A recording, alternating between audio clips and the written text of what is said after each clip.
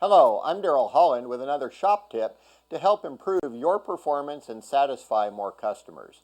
As many of you know, bipods have become an increasingly popular accessory on today's long-range hunting rifles. However, the factories don't understand the proper use and mounting of a bipod stud in the forearm. Let's take a look at a couple of conventional studs. We have the conventional 10 by 32 stud where they just put a tiny little hex nut in the bottom of the stock and screw it up tight. We have the screw-in wood screw type, and neither of them perform very well over extended periods when a bipod is used.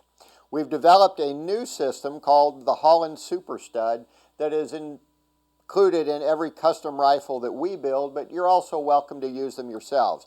You can turn this decorative little hat-shaped plug out of a piece of aluminum, thread it for the 10 by 32 stud that screws in, and we're now going to cleave off a couple of sides and epoxy it into the stock, giving the customer an absolutely perfect, non-destructible bipod stud in the forend of the rifle. You'll literally shear off the forend before you'll pull this stud through the stock. So let's go to the rifle stock now. We've mounted it in the vise, we've centered the stock left and right, and we've mounted the stud 2 inches and 200 thousandths back from the end of the forend. This gives us plenty of room for the Harris bipod or whatever bipod we're using to mount and adapt itself to the forearm without being wobbly. We're going to go ahead and remove our cutter now, and I'll show you another neat little tool that you need to make. Every now and then we break an end mill. Simply take that end mill and we're going to grind a point on it, as you see in the sample here. This becomes a really handy, fast reference pointer for use in the mill. Simply set it in our collet.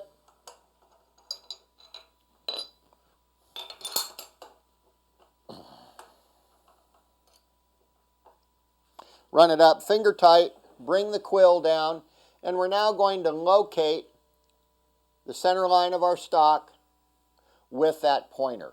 Really fast and handy, keeps us from using the edge finder. It's not that critical. If we get it within 5 thousandths, 10 thousandths, no big deal.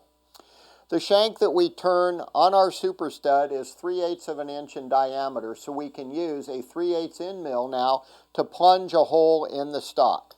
Once we've located our spot on the stock, put our 3/8 end mill in the collet, tighten it up.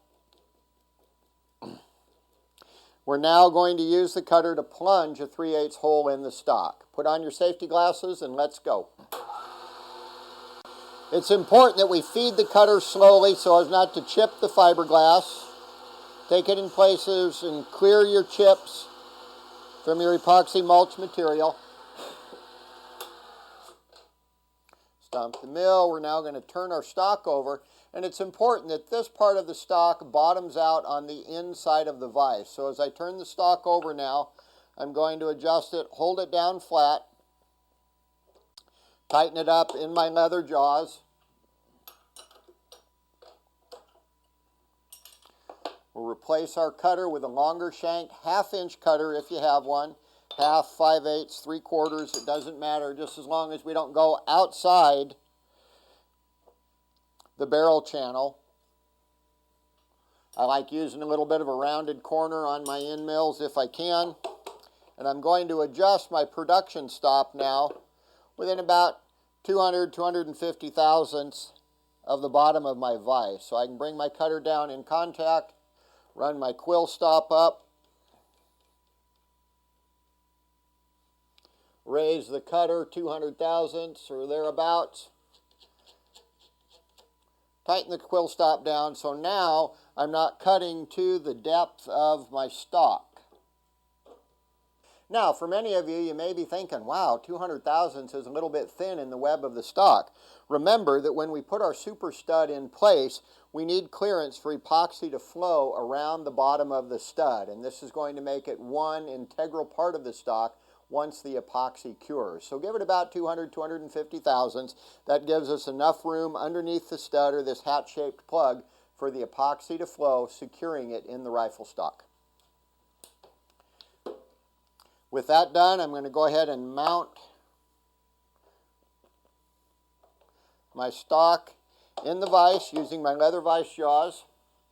I'm going to use my dial calipers now to give me a reference to pick up the hole on the back side. So I'll mark it with a pencil. Line my cutter up on the center line. Plunge down.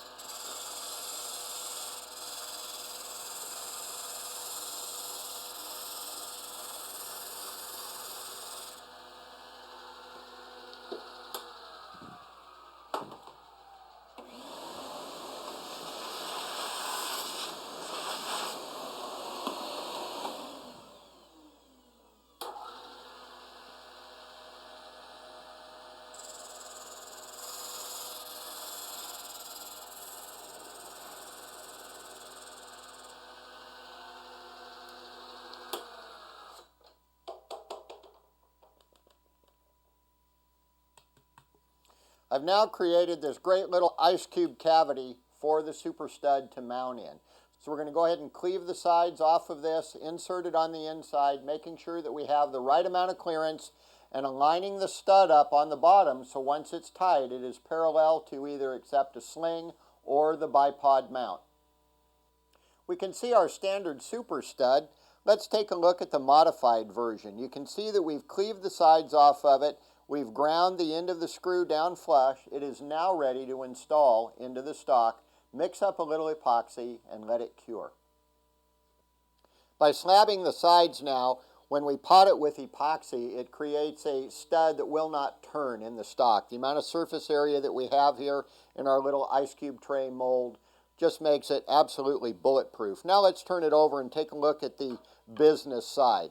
This is our stud mounted. Make sure to take your punch and align the stud properly once it is tightened on the super stud.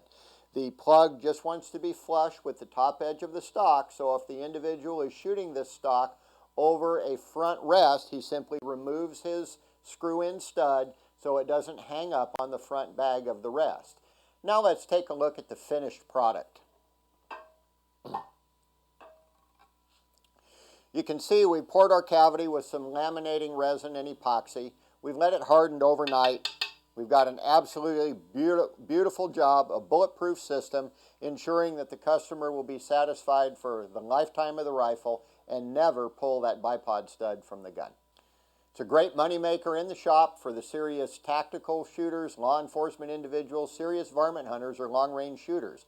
I get $75 to machine up a super stud, install it in the customer's guns, never had a complaint, laugh all the way to the bank.